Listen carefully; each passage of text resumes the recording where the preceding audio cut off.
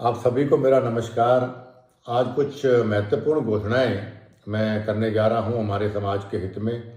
हमारा समाज हमेशा, हम सभी जानते हैं कि अहिंसा का पक्षधर रहा है, पर्यावरण प्रेमी रहा है, जीव रक्षा का अहम रक्षक रहा है।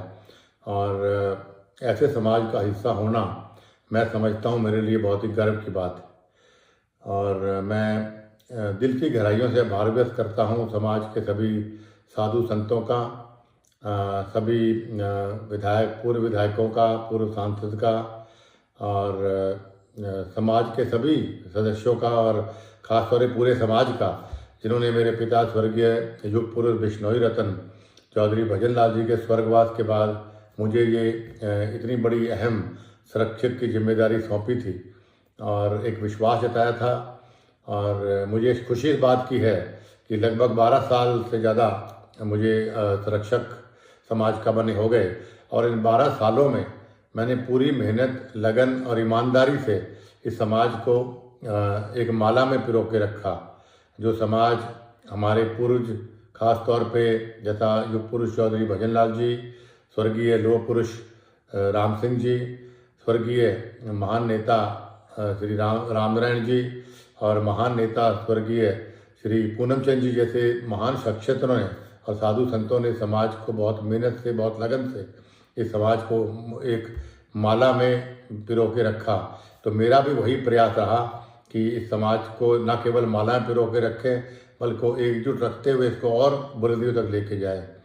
समय मेरे पास कोई ज़्यादा पॉलिटिकल पावर नहीं थी, लेकिन उसके बावजूद भी मैंने ईमानदारी से हर वर्ष तक प्रयास किया कि समाज की आन बान और शान को कहीं नीचे ना होने दूं। चाहे वो सीबीआई वाले मामले में राष्ट्रपति से मिलके उनसे लड़ाई करने की बात थी, चाहे विष्णु दत्त मामले में अपने खुद कांग्रेस में रहते मुख्यमंत्री से मैंने लोहा लिया, जिसका खामियाजा मुझे राजनीतिक रूप से बहुत आज तक भुगतना पड़ रहा है। चाहे दिल्ली धर्मशाला में पिताजी का साथ देकर उसको बनवाने की बात हो, चाहे हरिद्वार धर्मशाला की बात हो, चाहे गुड़गांव धर्मशाला की बात हो, चाहे पंचकुला धर्मशाला की बात हो, चाहे अभी जयपुर की धर्मशाला की बात हो, चाहे कि कुछ हमारे साथियों को राजनीतिक रूप से चाहे टिकट दिलाने या मजबूती देने की बात थी, या हमारे राजस्थान, हरियाणा कहीं के भी समाज के नौजवानों को सरकारी या गैर सरकारी रोजगार दिलवाने की बात थी, या सरकार के और किसी काम में बढ़ चढ़ कर सारे मंदिरों के निर्माण की बात हो, या जहाँ भी मेरी जरूरत पड़ी समाज को इन 12 सालों में मैंने मन से, ईमानदारी से मेहनत की। और मुझे गर्व है इस बात का कि मैं कामयाब भी रहा। और ख़ास तौर पर अभी कुछ साथियों ने पीछे एक वहम डाला कि भाई समाज का चंदा काफ़ी लोग इसको मिसयूज़ करते हैं।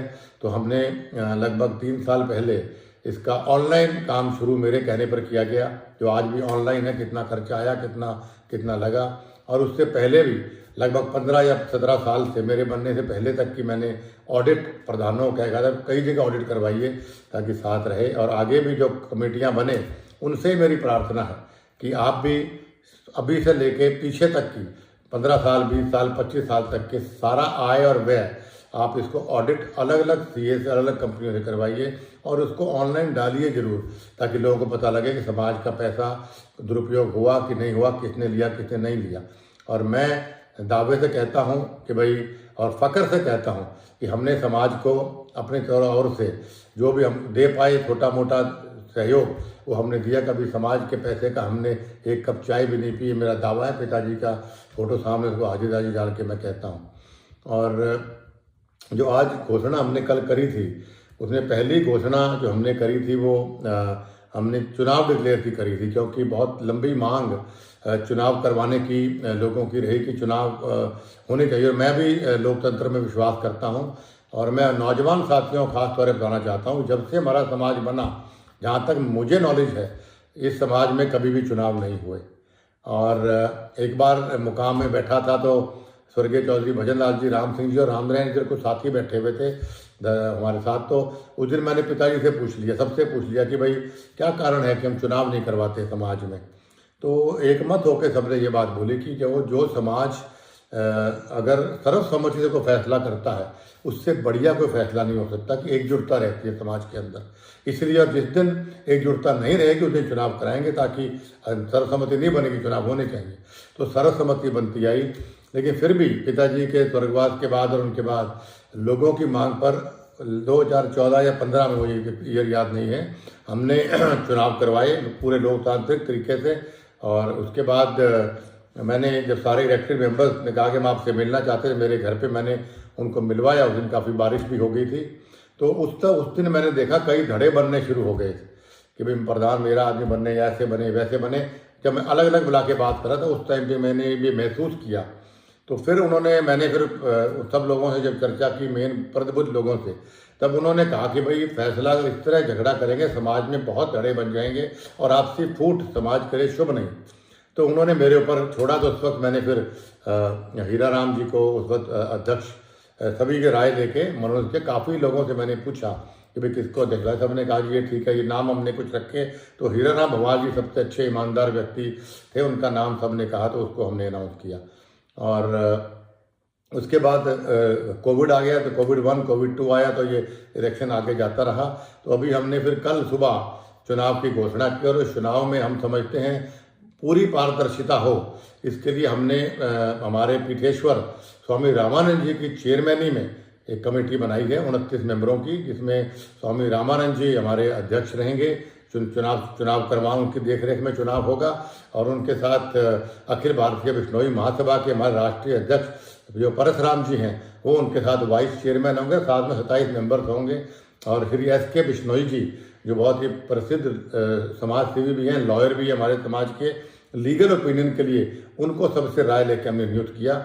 और उन सभी से मेरी प्रार्थना है कि 1 मार्च मतलब फागुनी मेले से पहले हमारा नया कमेटी बन जानी चाहिए, चुनाव पारदर्शिता से होकर, और नया अध्यक्ष भी बन जाना चाहिए। और मेरी सभी जो नए इलेक्ट मेंबर होंगे उनसे मेरी हाथ जोड़ के प्रार्थना है, प्लीज़ आप ऐसा अध्यक्ष चुनिए जो अध्यक्ष जो समाज का जोड़ने का काम करे, तोड़ने का काम ना करे।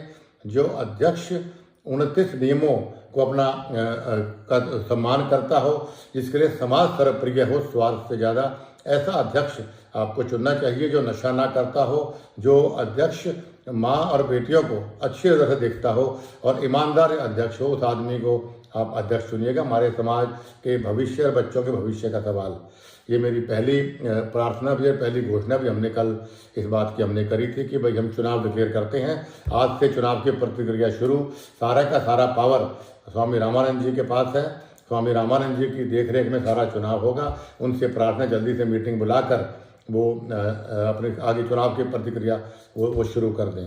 और उसके बाद में आपको दूसरी जो घोषणा हमने करी थी कि भाई हमें सब प्रभुजनों से बात करके हमने ये फैसला किया कि भाई समाज में हमें कोई संरक्षक, हमें कोई ऐसा व्यक्ति और बना देखना चाहिए, क्योंकि मैंने कहा कि मैं ज़्यादा समय समाज को मैं नहीं दे पाऊँगा। तो हमने यही बात कही कि भाई तो फिर किसको हम संरक्षक का रूप दिया जाए।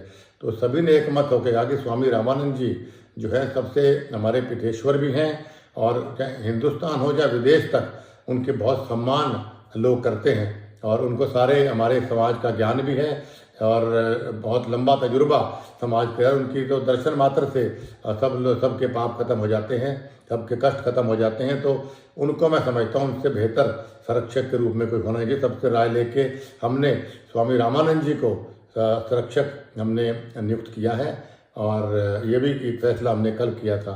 और बाकी जहाँ तक मेरी बात है, मैं अपना यही कह सकता हूँ कि मैं कभी पद का लालची नहीं रहा। सभी जानते हैं कि 2000 जब मैंने ऐसी देर की बात उठाई थी, तब मुझे कांग्रेस पार्टी ने लालच के रूप में केंद्रीय मंत्री की पेशकश की थी। मैंने सारे अखबारों में छपा था कि मैंने उसको डिनाई किया था। फिर डेप्यूटी CM की मुझे पेशकश की गई थी। तो मैंने कहा कि भाई मैं बिकाऊ, कुलदीप बिश्नोई और बिश्नोई समाज का कोई भी आदमी बिकाऊ नहीं हो सकता। तो मेरे लिए सिद्धांत सर्वप्रिय हैं।